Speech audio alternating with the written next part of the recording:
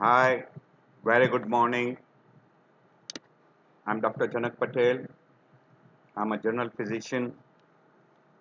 Today we'll be talking on the other topic in endocrinology, that is dwarfism. So you can see all these people.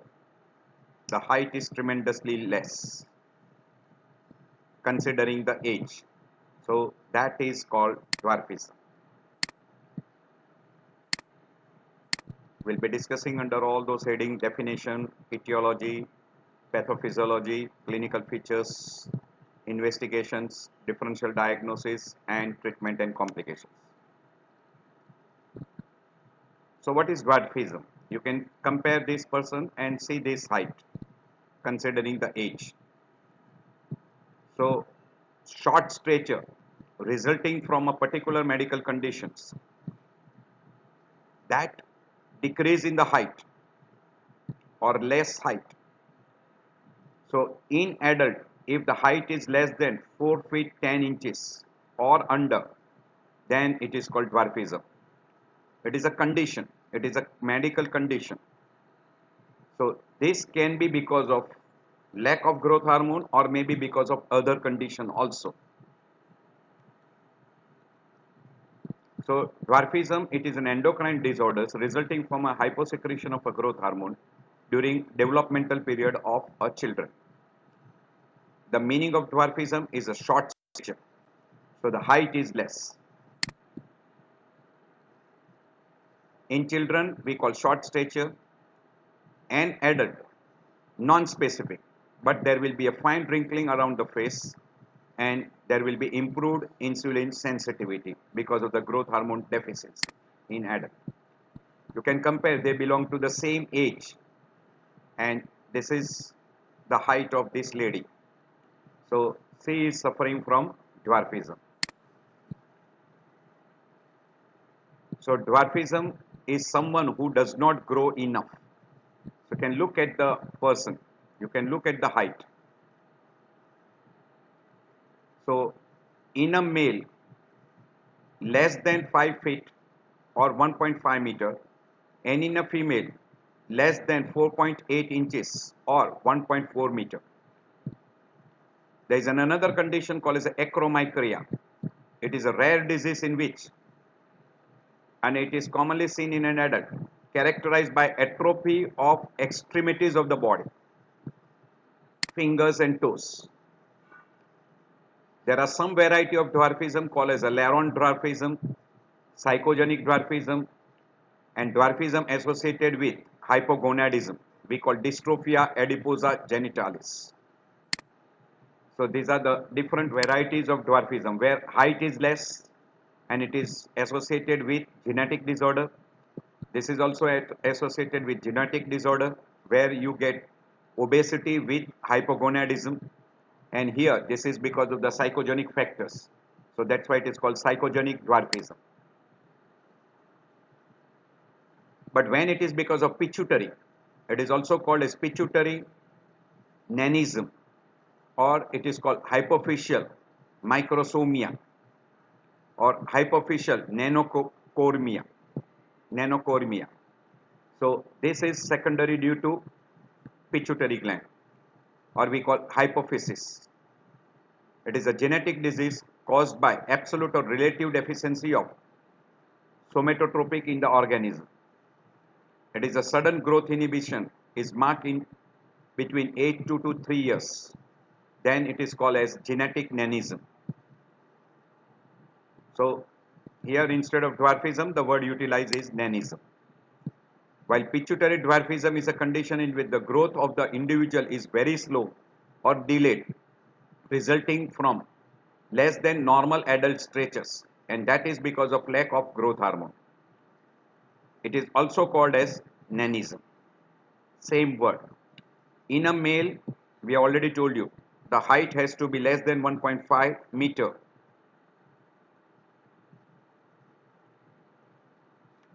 1.5 meter, and in a female 1.4 meter, or we call 5 feet, and here 4.8 inches.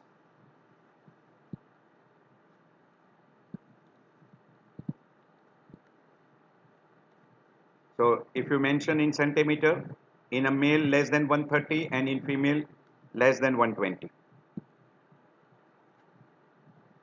Depending upon which part of the body is involved, they use proportionate, disproportionate, and asymmetrical.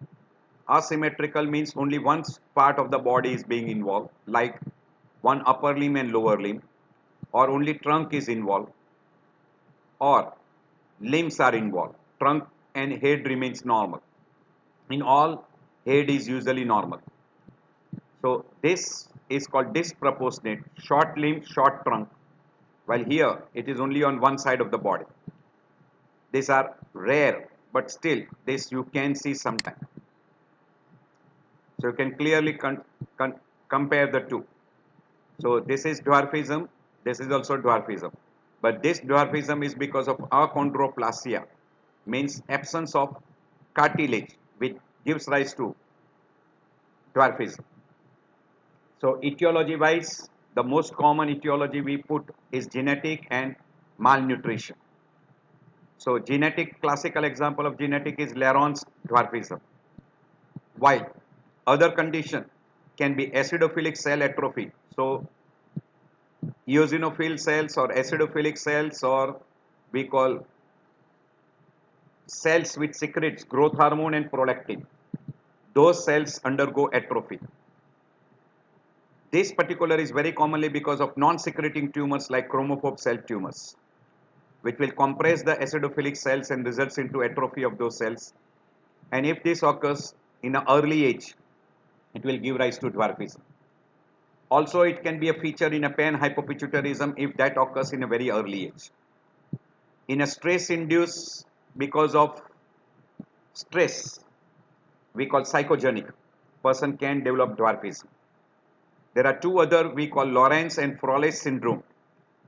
Lorentz-Moon-Middle and Froelich syndrome, or it is also called as dystrophica adiposa genitalis. So that particular group of syndromes can also have dwarfism.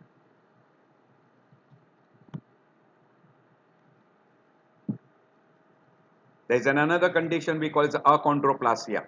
A means absent, absence of cartilage. We call it achondroplasia. And these are all the condition where you got deficiency of a growth hormone. Deficiency of a growth hormone disorder. Sorry, I'll add one more.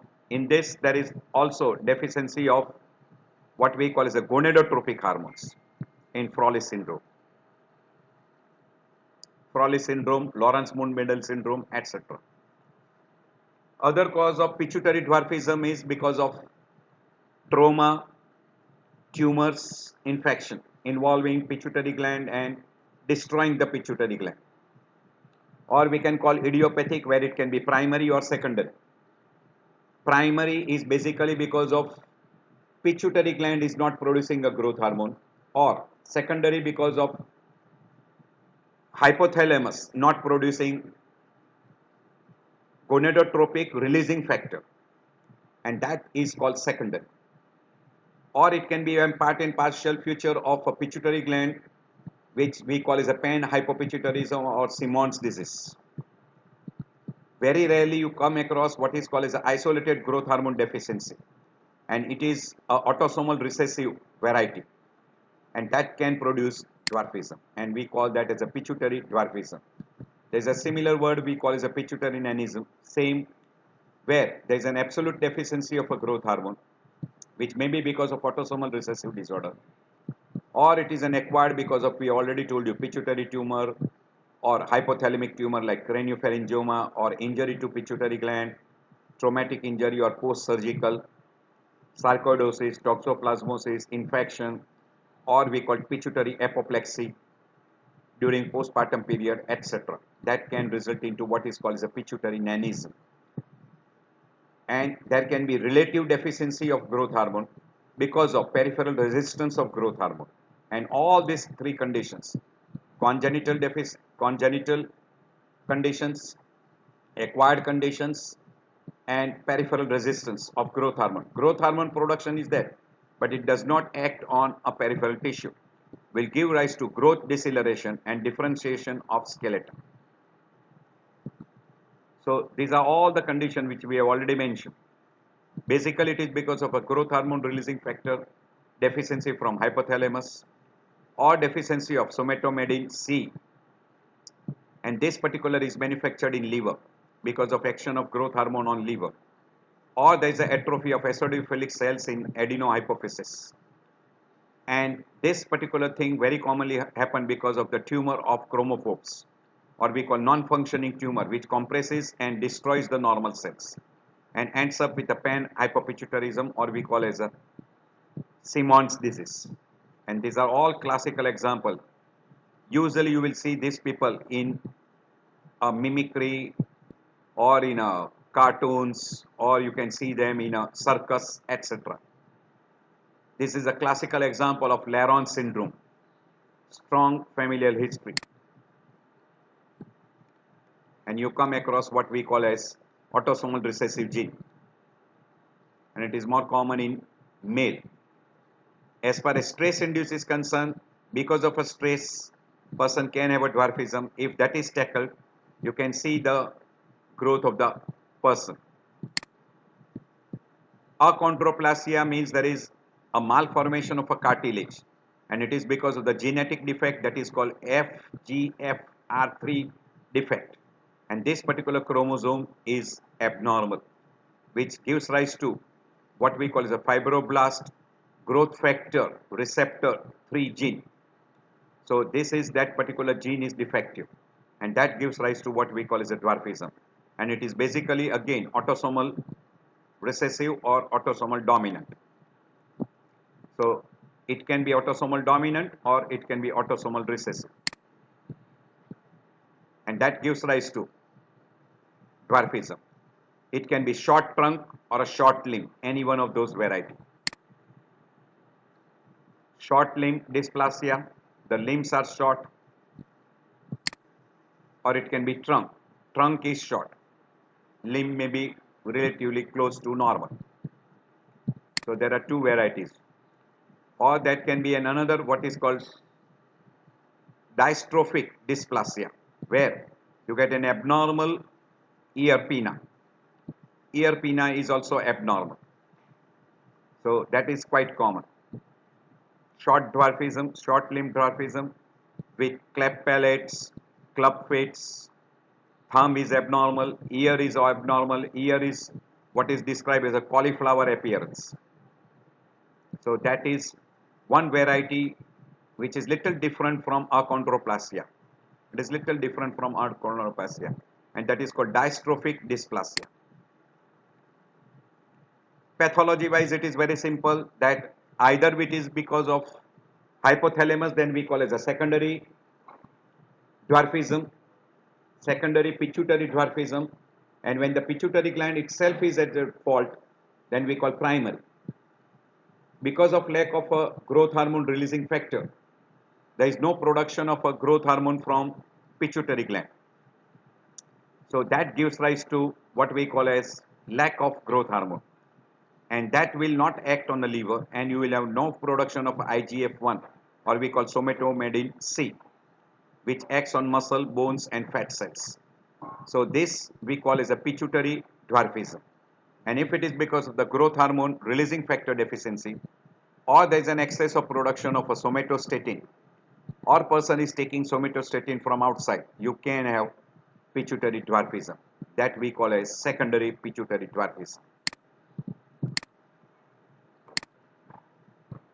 So growth hormone production is less, so that will have less effect on liver, less production of IGF and somatomedin C, and that will give rise to decreased growth of structures, that is bone, muscles and organs. So that will be that. And if there is no production of a growth hormone releasing factor, there will be no action on anterior pituitary gland, and that will give rise to lack of growth hormone. So too much of growth hormone gives rise to gigantism, too little hormone gives rise to dwarfism. So typical, very typical. You can identify those people. So it is characterized by stunted growth and results from insufficiency of growth hormone. Then we call it a pituitary dwarfism. And if it is secondary due to something else, we call secondary pituitary dwarfism. So in children, these are the findings. In adult, these are the findings. So in children, the standing height standard deviation is below the level 2. Growth velocity is also less, 12 to 25 percentile, below that particular percentile. And increased subcutaneous fat is present, especially around the trunk. The face is immature with a prominent forehead and depressed mid-facial development. Dentitions are delayed. Average age of pubertal onset is delayed in both boys as well as girls.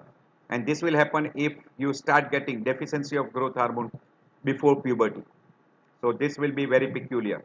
While in adult, lean body mass and increased weight with body fat mass predominantly in abdominal region, thin dry skin, cool peripheries, poor venous access, reduced muscle mass and strength, and reduced exercise performance, depression, depress effect on labile emotions.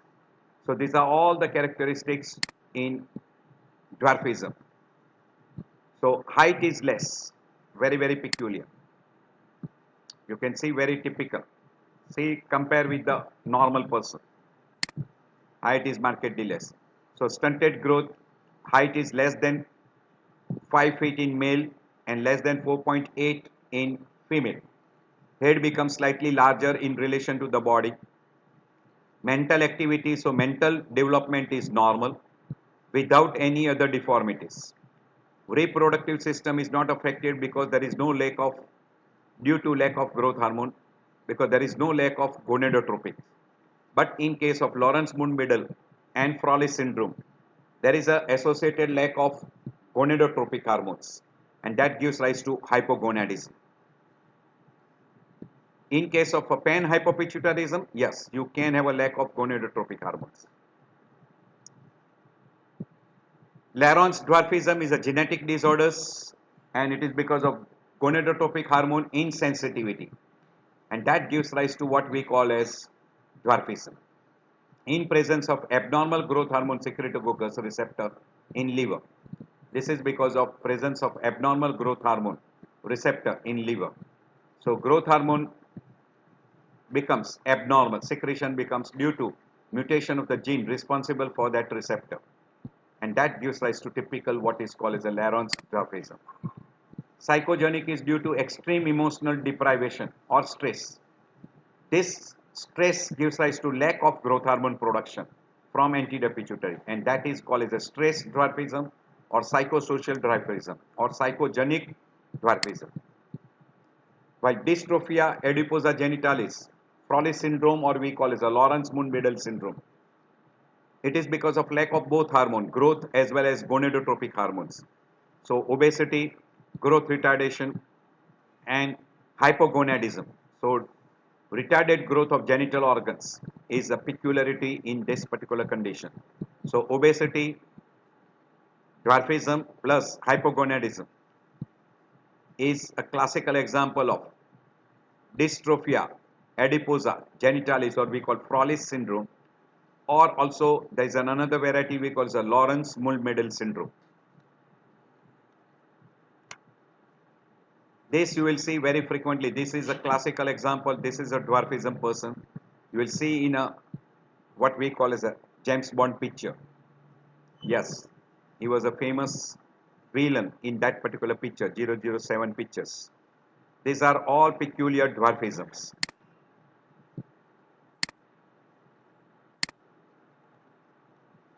These are in Central Africa.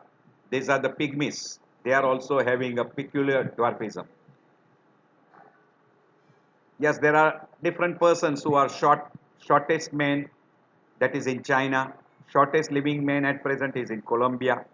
And in India, Jyoti Amge is a famous person in India. And in Nepal, this is Jyoti Amge.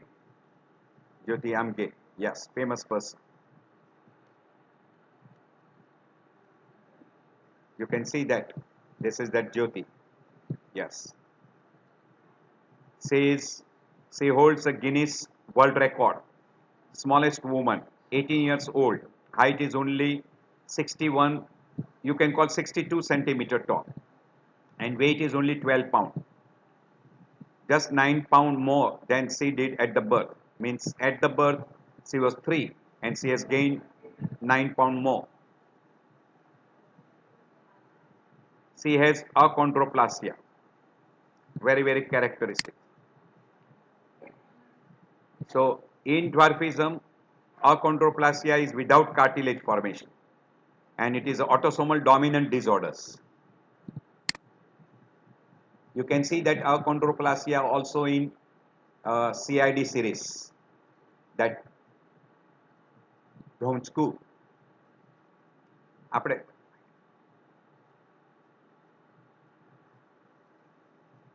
dwarfism are not intelligent, absolutely wrong. They are normal. They've got a normal brain development, so that mental function is absolutely normal. They live longer, yes, definitely. They do not live long, wrong. Depends. They should not go to school. They should go to school because their brain are normal. Dwarfism are incapable of having a job. Again, that is wrong. Dwarfism do not have all human body parts. That is also wrong. Everything is normal except height. So try to keep that thing in mind. There is another word called as acromicria. It is a rare disease. Now keep it in mind. It is in adult, and there is an atrophy of extremities because of lack of growth hormone. You can see this terminal finger. It slowly undergoes atrophy. So that is peculiar, we call as a acromicria. And cause of that is because of deficiency of growth hormone in adult. So secretion becomes less.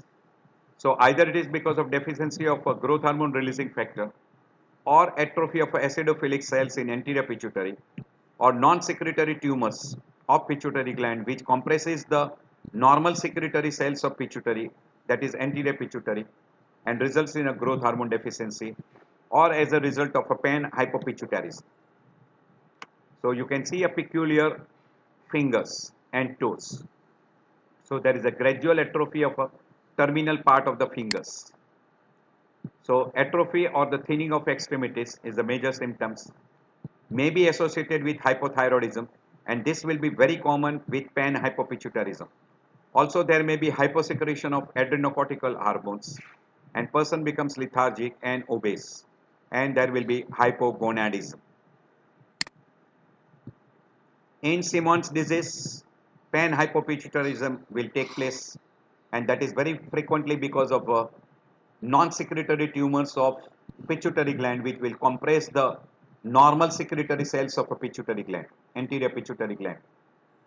Or there may be some other condition which destroys the pituitary gland, and that will give rise to panhypopituitarism. It is also called as cachexia, or also called as panhypopituitarism. So development, person becomes senile very early. Deficiency of hormones from target organs of anterior pituitary, that is all the hormone, that is TSH is deficient, ACTH is deficient, gonadal hormones are deficient, FSH, LH, loss of hair, loss of teeth, skin becomes dry, wrinkled, etc. And there is one condition we call the dystrophia adiposa genitalis, where there is a lack of growth hormone as well as lack of gonadotropic hormone, resulting into obesity, hypogonadism, and it is autosomal dominant, also known as Froelich syndrome or hypothalamic eunuchism.